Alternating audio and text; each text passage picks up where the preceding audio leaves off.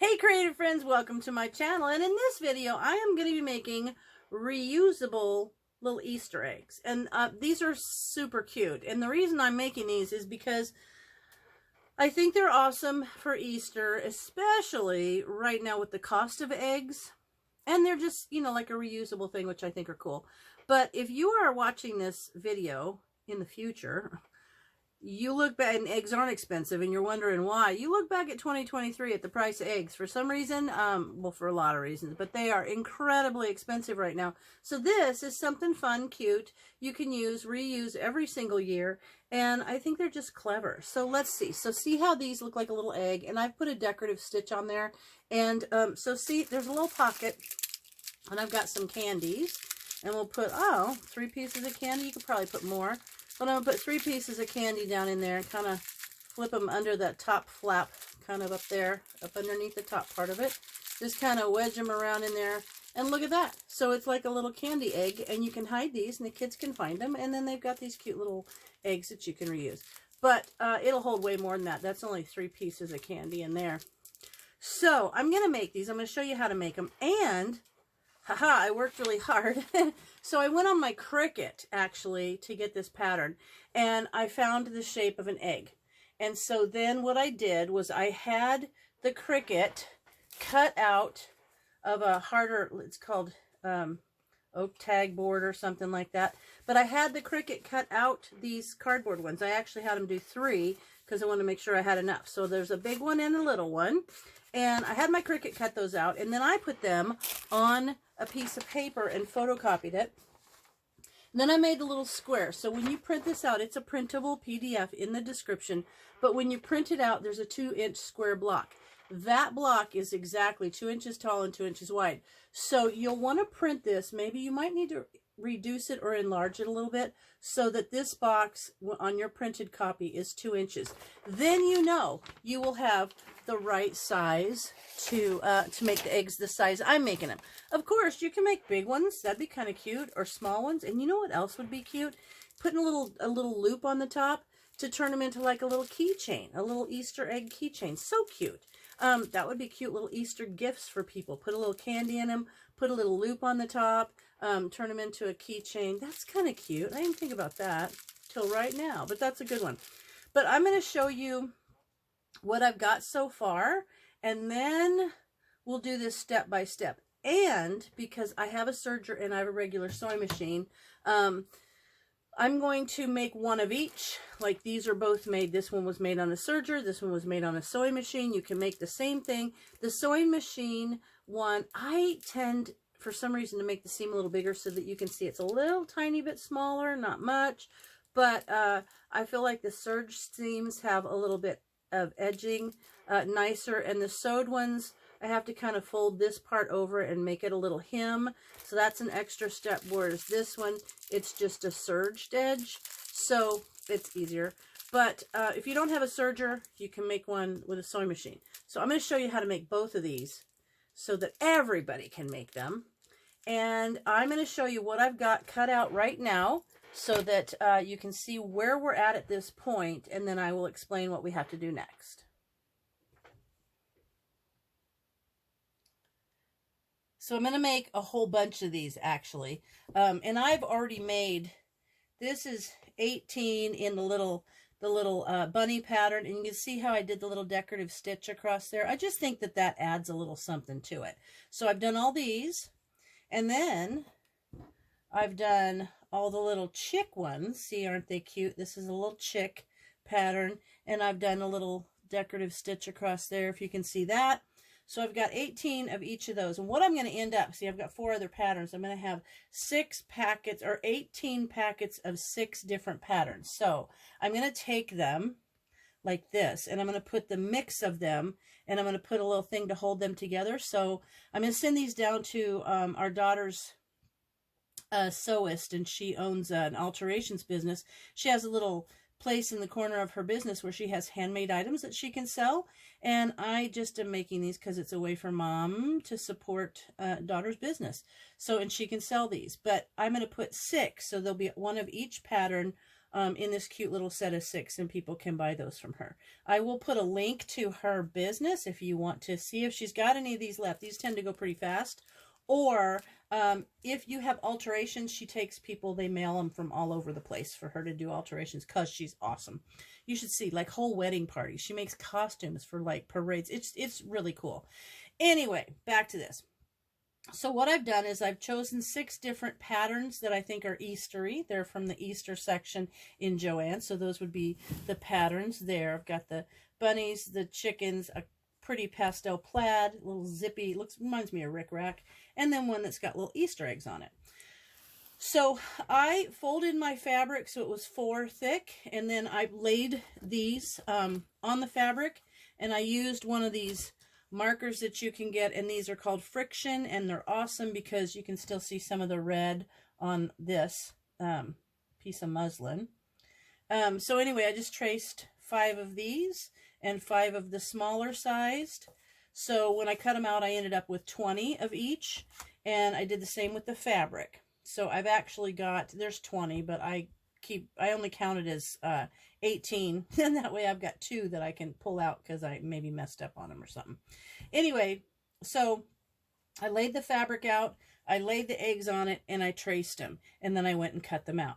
So now I've got everything cut out. For each egg, you need 1 large and 1 small egg of your patterned fabric, and 1 large and 1 small egg of your muslin. Now this is muslin, and I'll tell you, when I go to Joann's and they have muslin on sale, and then I have one of my coupons for like so much off of my total purchase, I buy muslin in like big time bulk. Like when I was there yesterday, I bought 10 yards of this white muslin. It was, I think, $2.29 a yard, and it was 40% off. So I bought a bunch because I use it in all kinds of stuff. So this is what you're going to need for an egg. 1 large and 1 small piece of pattern fabric, 1 large and 1 small piece of muslin.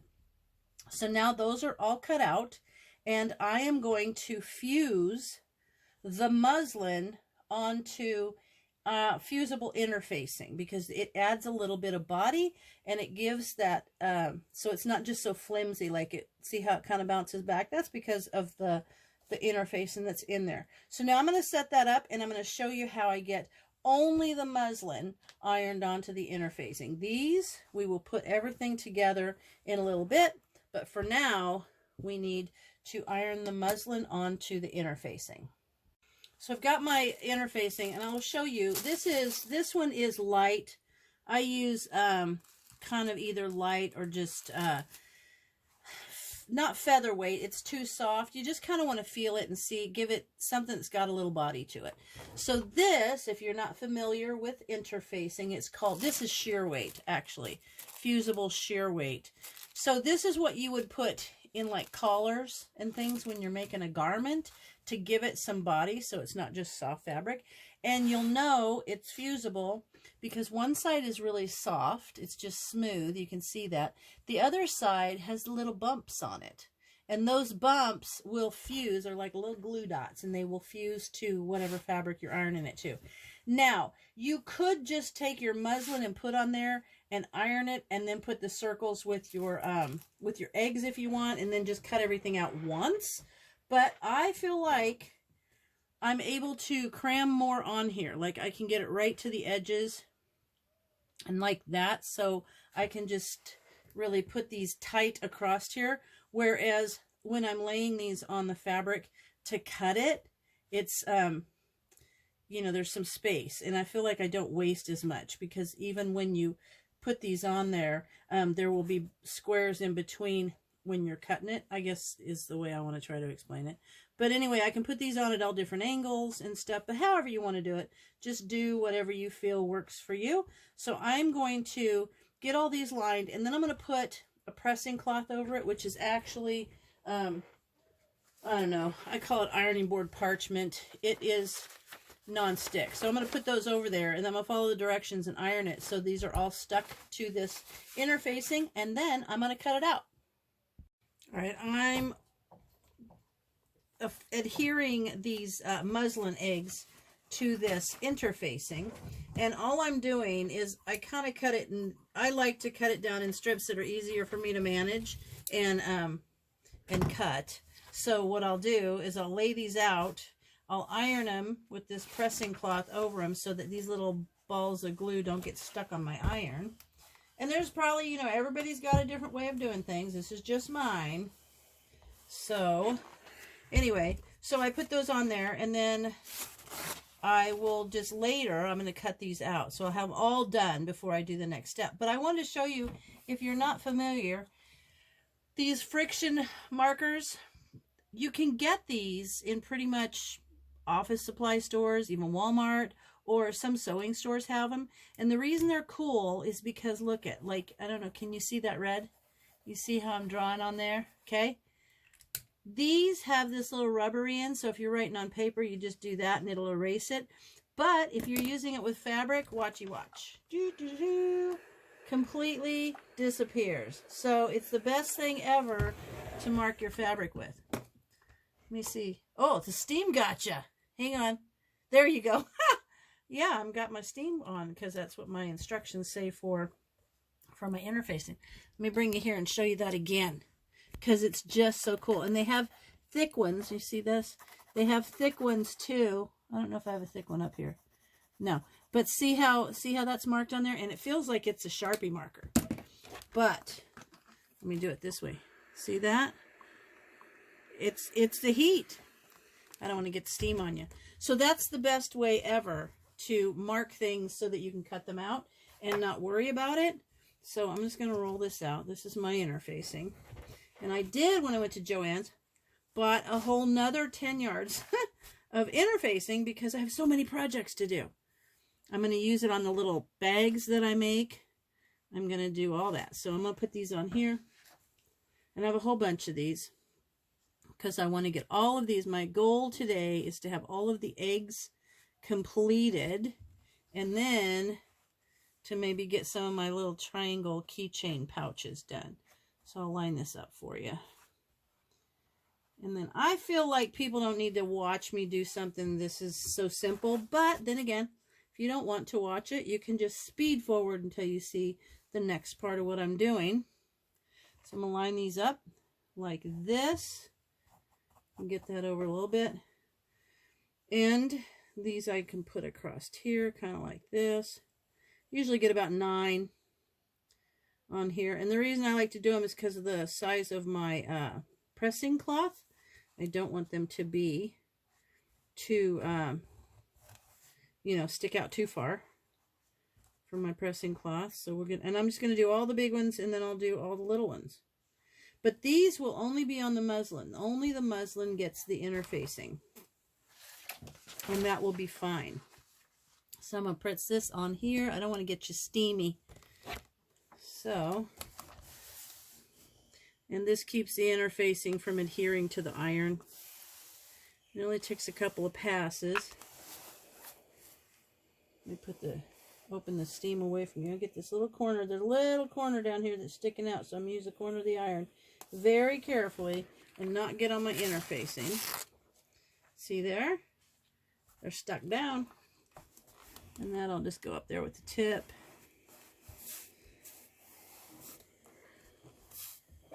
Get over here. I kind of do like, when I'm doing a big project like this, I kind of like to do sort of an assembly line situation. So I have all of this part, and then I will have all the next part. Oop, that little bit needs down, so I'm just going to use the tip of this. Get that ironed on there. With a good pressing. And I thought about picking up the stuff that's like fusible on both sides, where you put the two pieces together. Basically, it fuses both pieces of fabric together, but I don't want to have to sit there and line them up and stuff, so I'm just going to do it this way. Because you'll find that when I do, see there? Those are all attached. So when I do the putting them together, you'll see how this goes. All right, I'm going to finish adhering all these and go ahead and cut them out, and then I will come back. Well, I spent a really long time doing this, and this wouldn't take so long if you're only making like 6 or 10, but I'm making like over 100. So what I did was I took the large and the small size, put my muslin on there and ironed it onto the interfacing, and then I cut it out into its shapes. So now everything is done. I kind of like to do that. Instead of doing each individual one at a time, do all the prep, so this basically now got to the point that, see, I've got the fabric cut, I've got the interfacing and the lining cut, pressed together. Now it's just a matter of assembly, and that's kind of like a little factory line. So what you need, I'm going to do 2 of them for you, but what you need is 1 piece of lining that will go on the back side or of the small piece. See there? Same thing for the large. So you need your piece of fabric, and you need your lining piece, which is the muslin with the interfacing, and that's going to go there. So this makes 1 egg. But what I'm going to do, because I'm doing 2 for you, I'm going to do a sewed version and a serged version. Actually, I'll do them individually. So now, this one I'm going to do, we'll do the serged version, and it's pretty simple. But I want to show you a little trick. So I'm going to grab a few of these. So I'm going to have 2, because I'm going to do a sewed version and a sewed version and a serged version. I will go ahead and do 2. I guess I'm rethinking this as I'm going, which is fine, because that's what I do. Okay. But the thing I want to show you is when I talk about doing like an assembly line thing.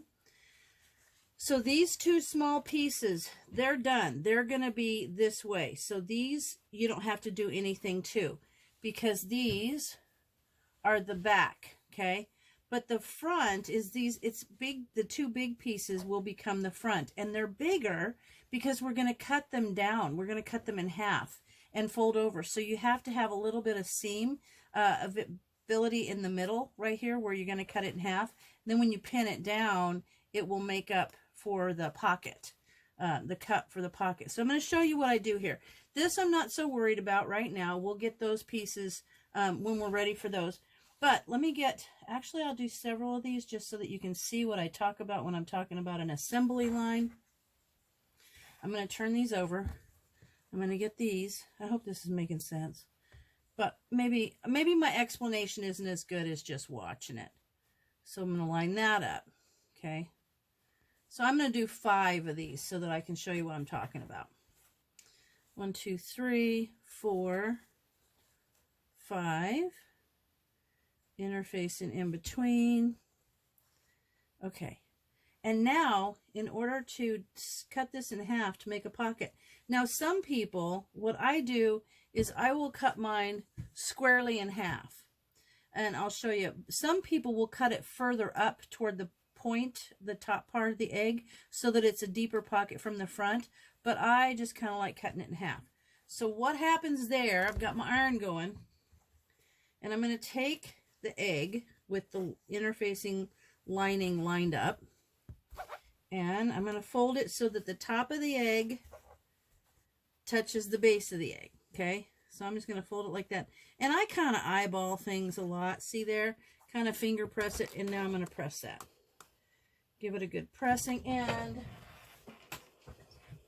if you have one of these, I love this thing. It's like a presser. I don't know what they call it, but when you press it down, it really makes a nice, sharp, crisp edge.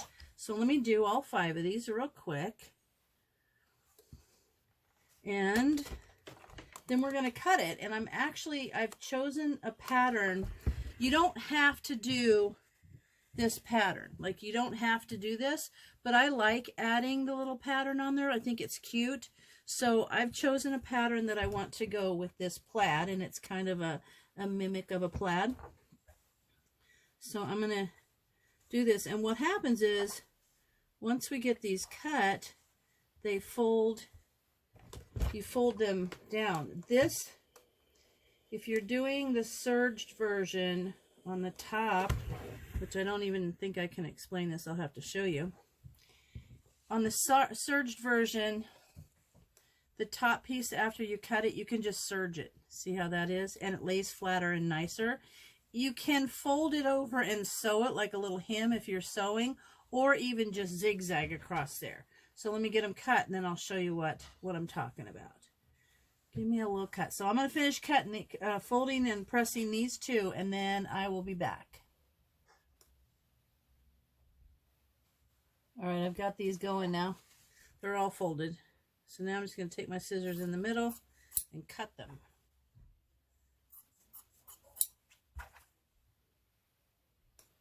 If I was doing a whole bunch of these, it's just so much easier. It's like my little factory, my little fabric reusable egg factory here. Okay. Now I'm going to take all the tops and set them aside.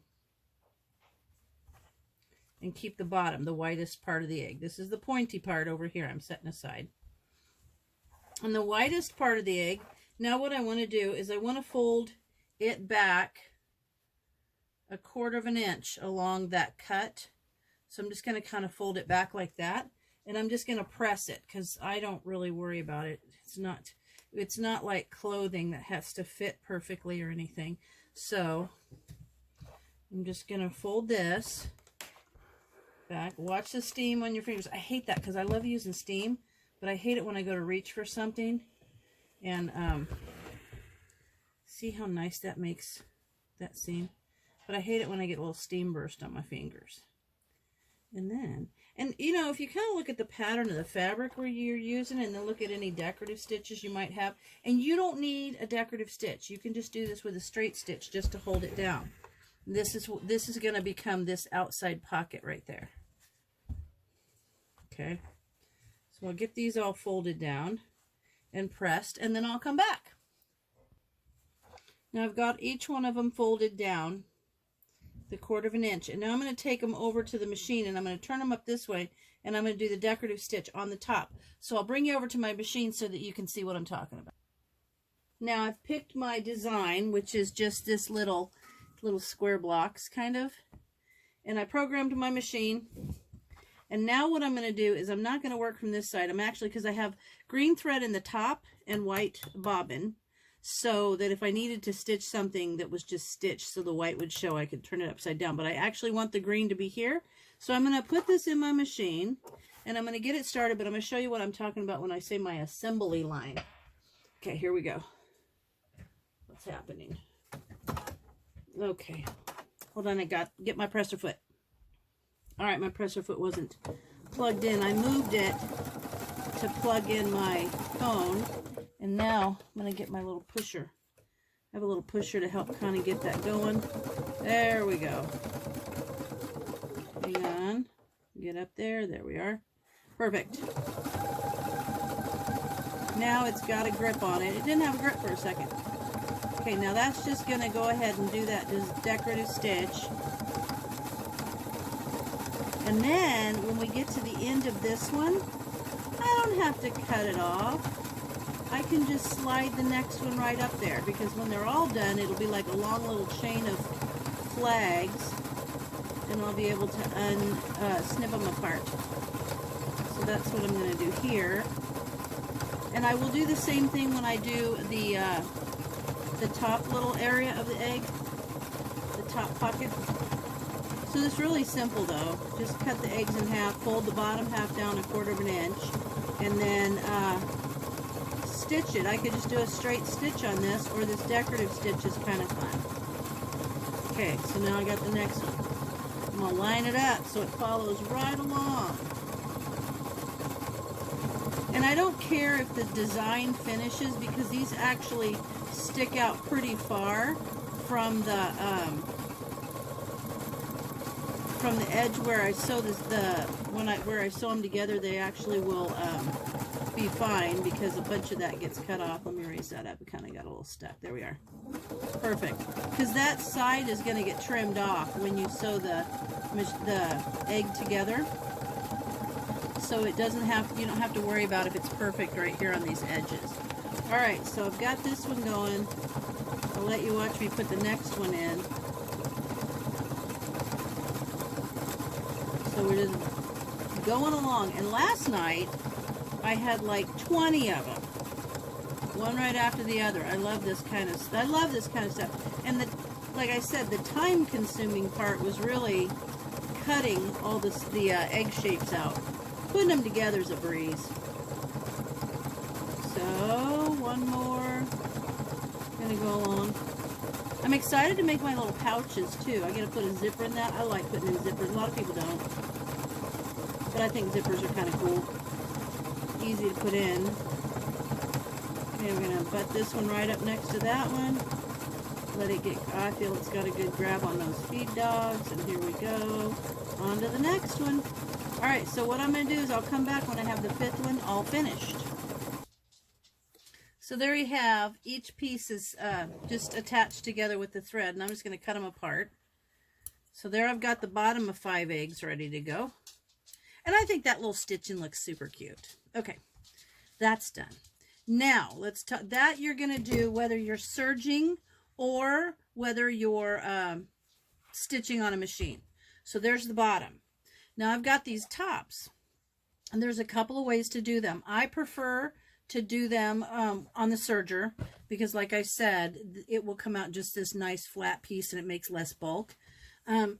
So the way you can do it if you're stitching, if you're using a sewing machine, is just you're going to want to either run a zigzag stitch along here, which will keep it nice and flat, or you can fold it up like this, which I'll do for you.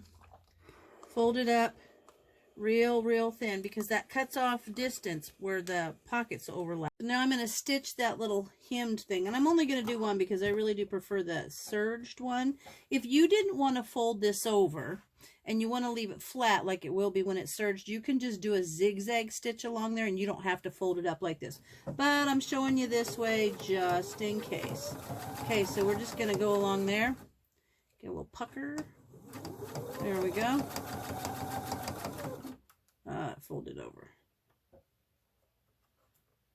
There we go. All right, perfect. So if you're doing it with a sewing machine, that's what you're going to do, is just fold that over and make like a little hem on there. And so these are going to overlap like that on the egg. But now I'm going to show you how you would do it if you're using a serger to do this seam right here. I'm hoping this will work. I've got my camera set up there. I don't have a little place to put my little clamp that holds it on. So I'm not sure, but I think you can see what's happening here. Let me see. Let me see if I can get you down there. Okay, so what I'm going to do is I'm going to go ahead and put one of these pieces right in my serger. And I'm going to do the same thing where I just kind of chain connect them. So let me get the next one here. I absolutely love having a serger, I gotta tell you.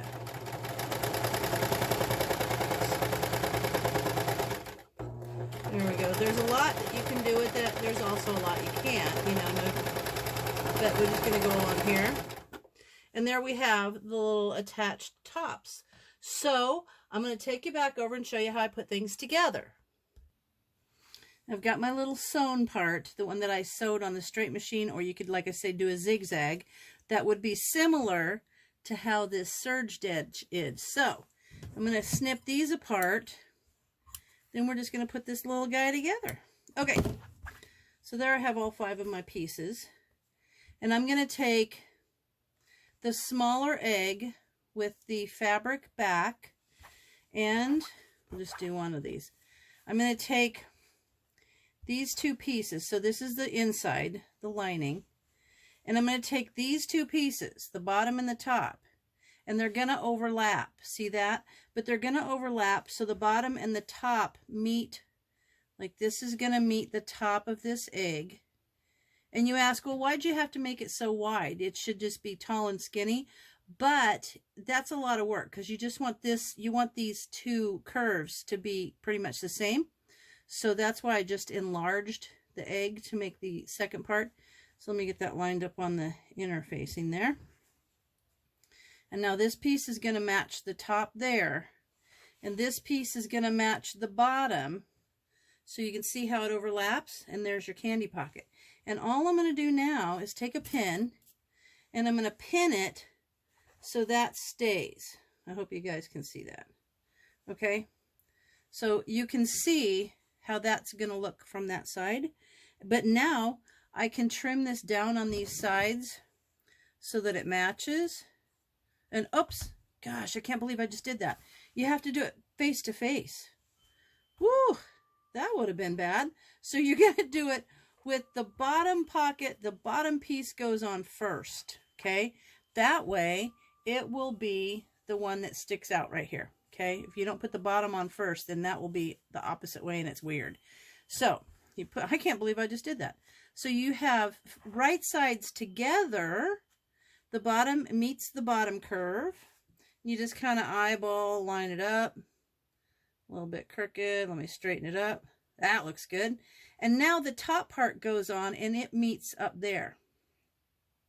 When I put that pin in, I realized I always put it in so that I can see the back, and that wasn't working. So now I've got it lined up. Now I'm going to pin that so those two pieces stay right where they're supposed to be. And I go through right there. And now I can come around and you can see the small egg. That's where you can trim it if you want. If you're using a serger, it'll just trim it off for you. But this one I'll do on the machine for you. So we'll finish this one on the machine and I'll show you how that goes. Okay, so now I'm going to go to the machine and I'm just going to do a stitch all the way around. I don't have to leave an opening to turn it right side out because that's what this pocket's going to do. So I'm going to go over here and do me a little stitch around here, around the edge. So let me take you over there. All right, here we are. So now we're just going to start. I usually start kind of up at the top, along the side, and I do actually, it's just a little bit less than 1/4 inch because from the needle to the side of my presser foot is 1/4 inch, and I usually go kind of down the middle of that little foot on there, that little finger that sticks out. So now let me just go around this one, because the edge isn't finished and I want it to be to have a little bit less bulk, I'm going to end up using my pinking shears around this. So let's just go up here. And you know, I am not a perfectionist. If I have one egg that's not the perfect shape versus one that is, I don't consider it the end of the world. Okay, and I want to show you, I did get a little pucker in here. No one's going to see it because this is the inside of the egg. See that little pucker? Okay, now let me show you how I finish the sewn on. Right now, I'm going to use pinking shears and I'm going to trim around the edge of this. It just gives it a nicer edge for these. So we're just going to go here, and it's a little bit thick right there. And we're just going to trim this off. It makes it nicer when you turn it right side out. So I'm going to try to write the directions. They're going to be just basic steps. We might have to refer to the video because I'm not sure that I'd be able to write it exactly right. But I'll do my best. And then that way when you print it out, you've got the template or the pattern and kind of a step-by-step sort of directions. All right, so that's that, right? Now we're going to turn it right side out.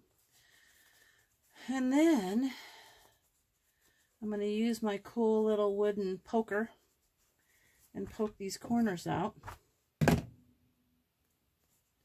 Run my finger up along the edge. Then I'll go do my serged ones and I'll show you all the finished ones when I'm done. Okay, and now sometimes you'll get a little pucker on there. If you just put your fingers in there and give it a good pull, it'll flatten it out. And then I run this around here. This one's a little bit odd shaped, but aren't some eggs anyway. We're going to kind of shape that out. All right. And there, I'm now going to give it a good iron. That's a little bit crooked, but it's fine. I'm not a perfectionist, I told you. So now I'm going to take the iron, give it a good pressing. And there you have it. This guy's crooked.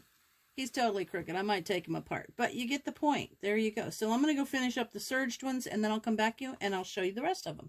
Now I'm prepping these ones to serge, and I wanted to show you, if I was to do them all with a sewing machine, I would prefer to run a zigzag stitch across here so that it lays flat, because I'll show you why. See the distance of overlap there is there? That's quite a bit, and that makes it a lot nicer for them to overlap enough that when candy's not in there, they don't open up. If you fold both of them up, both edges, you see how narrow that is? It's going to be very, very close. So I don't know about this one, but I will say that each one, when I cut a ½ yard of fabric, will make 20 eggs. But I am putting them, because I have 6 patterns of fabric, so I'm doing them in groups of ½ dozen. So there's one of each color of, or each pattern of fabric. So that gives me 2 from each pattern that could be kind of rejects. And I feel like I feel like this one has a little bit of a problem. So this might be one that I set aside. It's pretty bad, but this one turned out all right. So that's the thing. These 2 are fine. This one is just, I mean, I could take the whole thing apart, but I actually have a couple over here that I set aside. From this one, I just think the shape on this is sad. Look at the shape of that. That's really sad. This one, another shape. This was actually, I didn't catch the edge of the fabric, so I'd have to go re-sew that. And I could re-sew this so the shape is better. This one, another shape problem. And this one, I think it's sad that the chick is up there and the other chick, I don't know. I felt bad for those. So those are set aside that I will either try to fix them or I don't know what with them. But now I've got these on here. And a good tip also is, I'll put this one with the rejects. If you lay your pieces down and kind of overlap them already so that you can see that the pattern is going to be okay, then lay it there and kind of make sure the top and bottom match, and then you know you won't end up with one of these weird crooked things. All right, so now I'm going to get all of these done and then I'll come back. I've got these all serged now, so that's just the way they look around the edge. It's super simple. I'm going to trim these off, the little serge tails, and they'll be okay because they're inside. So now we're going to turn this one right side out. And I just think they're super cute. And I like the idea of the reusable Easter eggs. And I think that you can make them out of all kinds of super cute fabrics. Let me put this one out. And I just kind of take my little poker and poke it along, and then kind of do a little quick kind of like that in there, and that will help round it out, flatten out the seams, get up here in the top, kind of do a little poke. There we go. And now, and I think that when you have like plaid fabric, you can see if it's off line better. So it's, if you're like, I probably wouldn't choose plaid fabric again, because it looks, you got to be really careful so that they don't look like they are not lined up. And remember, give this little bit of pull across the center, and let me get it a good press. Now I've got all of these to make. And there you have it. Oh, you got steamed again. So there you have it. There is another little Easter egg. And so far, I have these 3 in this little set. Aren't they cute? And I do like putting the little decorative stitch across the center. I think that adds a little something to it. So there you have it. Reusable fabric Easter eggs for hiding. And I think I've given you enough time to be able to make these by Easter. So I hope you try these out. I hope you enjoy them. And you could even make like a big one and put a bunch of stuff in it if you wanted. And there's a lot of things you could do with these. So, as always, thanks for watching, and I'll see you in my next video.